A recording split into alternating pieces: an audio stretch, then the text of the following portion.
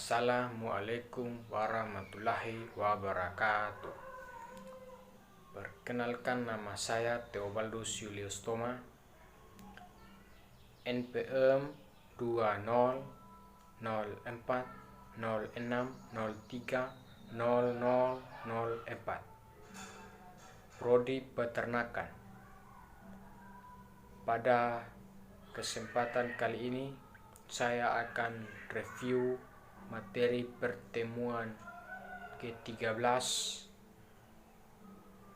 mata kuliah Pendidikan Kewarganegaraan yang diampu oleh Bapak Dosen Ludovicus Bomanswadu, SPD MPD. Materi yang saya akan review adalah wawasan Nusantara. Mungkin kita sering dengar tentang wawasan Nusantara dan apa sebenarnya wawasan Nusantara itu. Wawasan Nusantara adalah cara pandang bangsa Indonesia terhadap rakyat, bangsa dan wilayah negara kesatuan Republik Indonesia yang meliputi darat, laut, dan udara sebagai satu kesatuan politik, ekonomi, sosial, budaya, dan pertahanan keamanan. Nusantara adalah nama lain dari Indonesia. Secara etimologinya, wawasan berarti wawas atau melihat. Nusantara berarti daratan, pulau-pulau atau kepulauan. Wawasan Nusantara merupakan cara pandang terhadap Indonesia dengan orientasi menjaga kesatuan dan persatuan untuk mencapai tujuan nasional. Menurut ketetapan MPR tahun 1999, wawasan Nusantara adalah cara pandang dan sikap bangsa Indonesia mengenai diri dan lingkungannya yang serba beragam dan bernilai strategis dengan mengutamakan persatuan dan kesatuan bangsa serta kesatuan wilayah dalam menyelenggarakan kehidupan bermasyarakat, berbangsa, dan bernegara untuk mencapai tujuan nasional. Pada hakikatnya, masyarakat Indonesia secara keseluruhan adalah tulang punggung keberagaman sekaligus kesatuan bangsa Indonesia. Oleh karenanya, masyarakat dihimbau untuk memiliki pengetahuan tentang bangsanya dan memandang kesatuan serta keberagaman sebagai substansi kehidupan berbangsa masyarakat di sini. Masyarakat di sini juga termasuk aparatur negara yang mempunyai wewenang menyelenggarakan pemerintahan. Asas wawasan Nusantara meliputi kepentingan yang sama, yaitu visi atau orientasi, keadilan yaitu distribusi hasil kerja keras yang proporsional, kejujuran yaitu kesesuaian antara kata-kata dan tindakan, solidaritas yaitu bersimpati dan berempati dalam rangka menjaga kesatuan dan persatuan nasional, kerjasama yaitu bekerjasama secara strategis demi mencapai tujuan nasional, kesetiaan yaitu loyalitas pada kesepakatan nasional yang dibuat sejak bangsa Indonesia berdiri.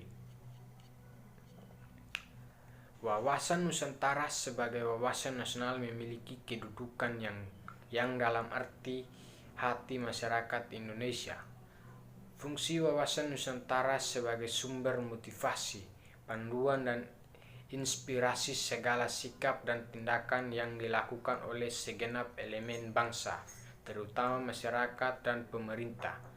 Tujuan wawasan Nusantara adalah menumbuhkan jiwa-jiwa manusia Indonesia yang cinta tanah air, nasionalis, dan patriotik.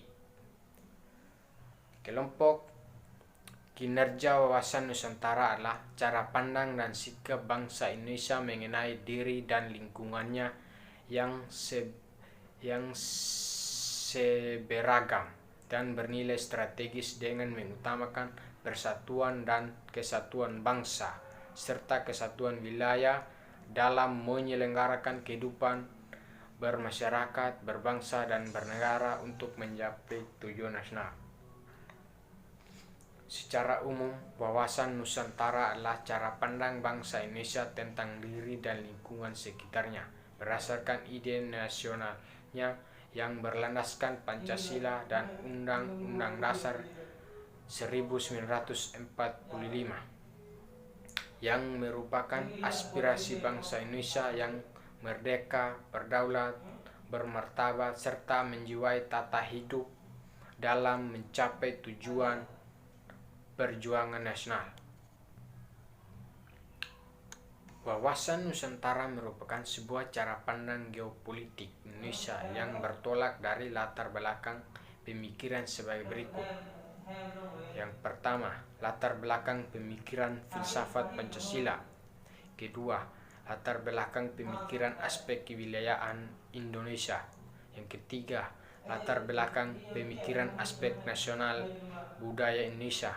Keempat, latar belakang pemikiran aspek kesejahteraan Indonesia. Pertama, latar belakang pemikiran aspek kesejahteraan Indonesia. Latar belakang pemikiran filsafat Pancasila menjadikan Pancasila sebagai dasar pengembangan wawasan Nusantara tersebut. Setiap sila dari Pancasila menjadi dasar dari pengembangan wawasan itu. Sila 1, ketuhanan yang Maha Esa, menjadikan wawasan Nusantara merupakan wawasan yang menghormati kebebasan beragama. Sila yang kedua, kemanusiaan yang adil dan beradab, menjadikan wawasan Nusantara merupakan wawasan menghormati dan menerapkan hak asasi manusia. Sila ketiga, persatuan Indonesia, menjadikan wawasan Nusantara merupakan wawasan yang mengutamakan kepentingan bangsa dan negara. Sila yang keempat, kerakyatan yang dipimpin oleh hikmat kebijaksanaan dalam permusyawaratan perwakilan, menjadikan wawasan Nusantara merupakan wawasan yang dikembangkan dalam suasana masyarakat dan musyawarah dan mufakat. Sila yang kelima, keadilan sosial bagi seluruh rakyat Indonesia, menjadikan wawasan Nusantara merupakan wawasan yang mengusahakan kesejahteraan seluruh rakyat Indonesia. Latar belakang pemikiran aspek kewilayahan Indonesia, menjadikan wilayah Indonesia sebagai dasar pengembangan wawasan itu. Dalam hal ini, kondisi objektif geografis Indonesia menjadi modal pembentukan suatu negara dan menjadi dasar bagi pengambilan keputusan politik. Adapun kondisi objektif geografis Indonesia telah mengalami perkembangan sebagai berikut. Saat Republik Indonesia merdeka, 17 Agustus 1945, kita masih mengikuti aturan dalam teritorial sea in maritim Kringen Ordonanti tahun 1939, di mana lebar laut wilayah Indonesia adalah 3 mil diukur dari garis air rendah dari masing-masing pantai pulau Indonesia. Dengan aturan itu, maka wilayah Indonesia bukan merupakan kesatuan. Laut menjadi pemisah-pemecah wilayah karena Indonesia merupakan negara kepulauan. Indonesia kemudian mengeluarkan deklarasi Juanda 13 Desember 1957 berbunyi, berdasarkan pertimbangan-pertimbangan, maka pemerintah menyatakan bahwa segala perairan di sekitar, di antara, dan yang menghubungkan pulau-pulau yang termasuk negara Indonesia dengan tidak memandang luas atau lebarnya adalah bagian-bagian yang wajar daripada wilayah daratan negara Indonesia. Dan dengan demikian, bagian daripada perairan, pedalaman atau nasional berada di bawah kedaulatan mutlak negara Indonesia. Lalu lintas yang damai di perairan pedalaman bagi kapal-kapal asing dijamin selama dan sekedar tidak bertentangan dengan atau mengganggu kedaulatan dan keselamatan negara Indonesia.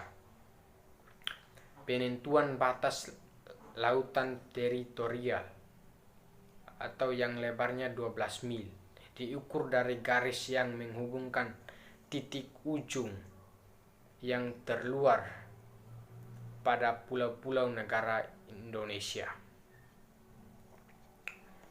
Sekian materi yang saya sampaikan. Jika ada kesalahan dalam penyampaian materi, saya mohon maaf yang sebesar-besarnya. Terima kasih. Wassalamualaikum warahmatullahi wabarakatuh.